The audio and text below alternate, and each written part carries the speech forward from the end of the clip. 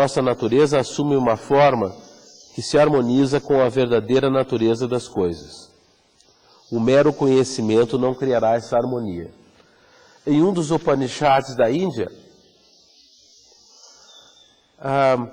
é dito que nós devemos procurar aquele conhecimento ou aquela forma de conhecer que uma vez conhecida, tudo mais é conhecido. Existe uma forma de conhecer que está dentro de nós, que não foi articulada ainda, que uma vez conhecida, através dela se conhece todas as coisas. E é isso que nos primeiros anos da era cristã, segundo alguns autores, até mesmo alguns séculos antes da era cristã, os verdadeiros gnósticos sugeriam. A palavra gnose não está relacionada a um determinado tipo de conhecimento ou a uma determinada escola de conhecimento, cristã ou pré-cristã, mas a palavra gnose, grega, está relacionada com a palavra sânscrita gnana, que significa percepção direta, ou conhecimento não mediado por um processo intelectual e cerebral.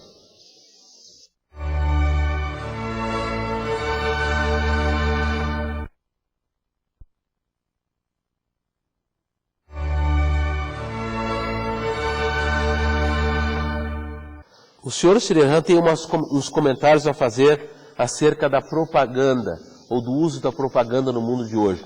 Ele escreveu isso no final da década de 60. De lá para cá, a propaganda se tornou muito mais sofisticada. Um economista disse, alguns anos atrás, que quando a necessidade para um certo produto não existe, ela pode ser inventada. O que significa que a mente humana cai na armadilha. Às vezes, frequentemente, existem propagandas de carro. E eu escolhi as propagandas de carro para um dos meus exercícios de meditação. Porque é simples. Em primeiro lugar, eu jamais vou conseguir comprar um carro daqueles. Não com o meu salário. Ia levar muito tempo. Em segundo lugar, a sofisticação da propaganda do carro. Algumas propagandas visam o público masculino de uma certa idade. O carro está subindo uma encosta íngreme. Chega perto de um penhasco.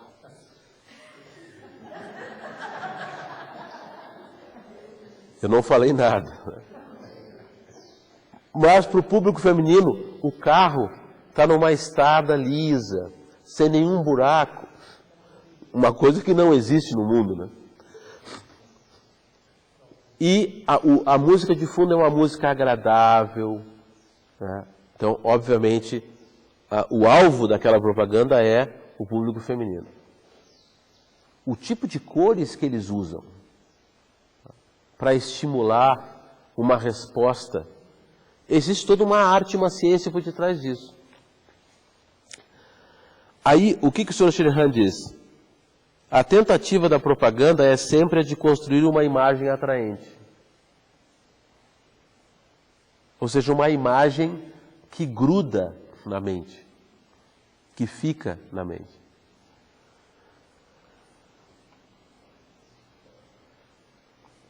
Eu não quero fazer uma enquete aqui, mas se eu falar a expressão Louis Vuitton, o que essa expressão denota para alguns de vocês?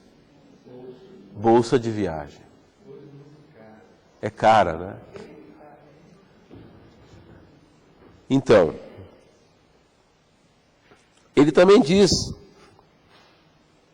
que a propaganda cria uma imagem dos produtos para que as pessoas os adquiram. A propaganda é uma ciência, é uma técnica que usa o poder da imagem para alcançar um certo resultado, e dá certo. Porque é uma ciência que descobriu a maneira como a mente humana funciona. Mas aí o Sr. Srihan, ele faz um comentário brusco, que é necessário, né? Mas a imagem é apenas um fantasma, uma aparência. Ela não tem vida própria. Ela existe para estimular a mente, cativar a atenção, provavelmente persuadir a pessoa, mas a imagem em si mesma é um fantasma, ela é uma aparência. Se nós não sabemos disso, nós nos identificamos com essa imagem. E eu não estou falando só de propaganda, eu estou falando das experiências da nossa vida. Nós guardamos imagens através dos anos que são, na verdade, fantasmas. Nós estamos vivificando essas imagens com a nossa própria energia. Elas já morreram. A senhora Radha Burnet, na convenção do centenário do falecimento da senhora Blavatsky em Adyar, em dezembro de 1991, ela deu uma palestra chamada Nova Luz sobre Velhas Ideias. E ela citou o filósofo americano Whitehead, que dizia: algumas ideias parecem estar vivas, mas já morreram. Mas a aparência de estar vivas se deriva do fato de que elas são como aquele cavaleiro morto na batalha, mas que continua galopando porque ele está dentro de uma armadura. A armadura está montada num cavalo que está em andamento, em movimento. O cavaleiro foi alvejado por uma lança, um outro objeto, morreu dentro da armadura, mas porque a armadura está presa ao cavalo, para a pessoa de fora existe a impressão de que o cavaleiro ainda está vivo. Na verdade, ele está morto. Quantas e quantas vezes o mundo ocidental e oriental foi seduzido por ideologias que salvariam o mundo, não só a Revolução Comunista de 1917, a Revolução Chinesa e tantas outras. Existe essa noção de que uma ideologia vai salvar o mundo. Mas o Sr. Srihan diz: a imagem é apenas um fantasma, uma aparência. Qualquer glorificação, ele diz, que não se origine de um sentimento real pela pessoa e apreço pelas suas qualidades, é apenas um truque de feitiçaria e produz hipnotismo em massa, como foi o caso na Rússia, na Alemanha e outros lugares. Uma população inteira foi seduzida pela ideologia de um jovem chamado Adolf Hitler. Uma população inteira. E eles o elegeram chanceler da Alemanha. Aí ele fala a respeito da transformação no mundo. Ele diz: falando de amor ou afeição, o mundo seria melhor pela realidade do amor no coração das pessoas ou pela simulação do amor que pode revestir-se de muitas formas enganosas. Se você está vendo notícias mundiais, é um pouco deprimente, né? Terremotos, problemas de conflito em várias partes do mundo, pobreza. Muitas pessoas dizem: o que eu posso fazer? Eu sou um indivíduo isolado. Essa pergunta foi feita ao Krishnamurti, ao Sr. Krishnamurti. A pergunta foi a seguinte: o senhor insiste que quando o indivíduo se transformar, o mundo se transformará. Que provas haverá disso? A resposta do Sr. Krishnamurti foi a seguinte: transforme-se e então veja. Ou seja, cada um tem que prestar sua contribuição.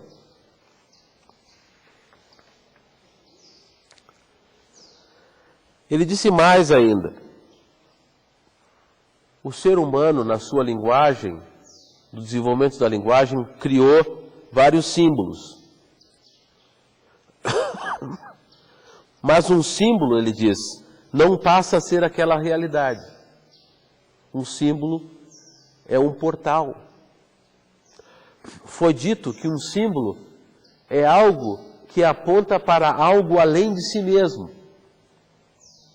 Por exemplo, para muitos cristãos no meio oeste americano, a cruz não representa só o sofrimento de Jesus, ela representa a supremacia da religião cristã sobre outras religiões, o que é uma perversão. A cruz é um símbolo muito antigo.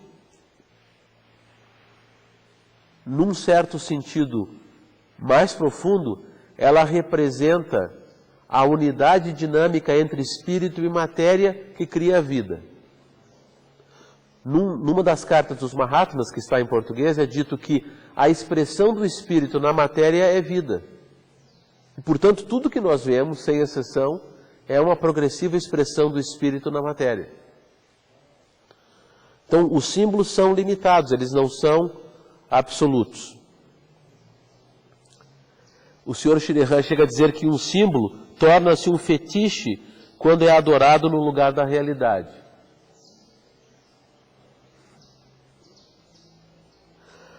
Agora, ele vai um pouco mais fundo nessa questão, e o meu tempo está terminando. É como se nós estivéssemos numa cadeira do dentista.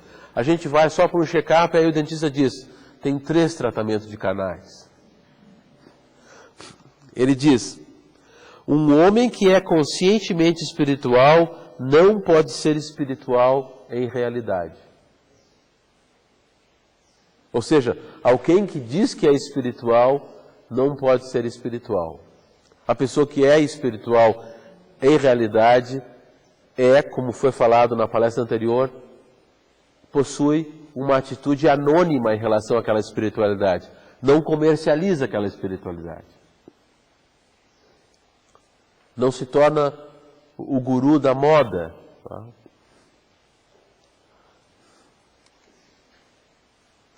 Um homem que verdadeiramente renunciou a determinadas coisas não terá prazer em chamar qualquer atenção àquele fato.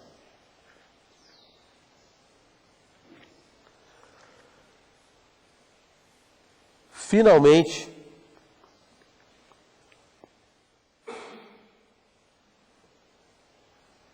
ele fala da relação entre verdade e beleza. A beleza da ordem mais elevada surge de uma profunda compreensão, surge da própria vida ou de uma fonte desconhecida em seu interior.